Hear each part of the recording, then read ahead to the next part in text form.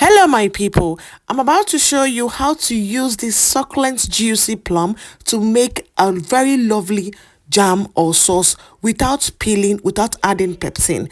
I misplaced some videos, but you will understand this recipe.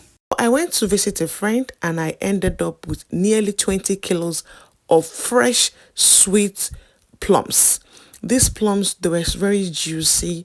It tasted so good and it was also a lot in the tree. So she said I can take as much as I can. I ended up with a lot of plums.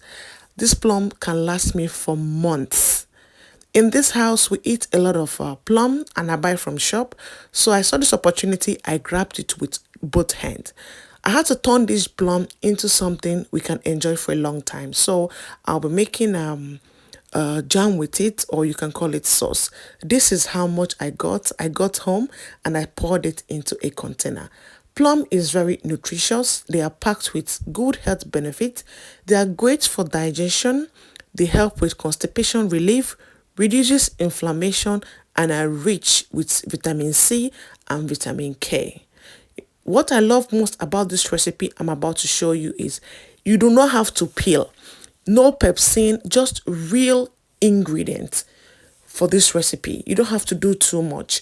The skin, you just have to leave it because it gives it a natural pepsin that also gives the jam a very beautiful deep color. Firstly, you wash the plums thoroughly and keep the skin. Simmer it on medium heat, stirring it often until it is softened.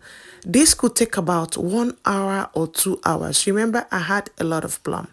So you allow it to cook, stir it intermittently and until it is softened. After cooking, you strain it. You pour it into a colander. You see the kind of, or in a sieve. You see the kind of sieve I'm using.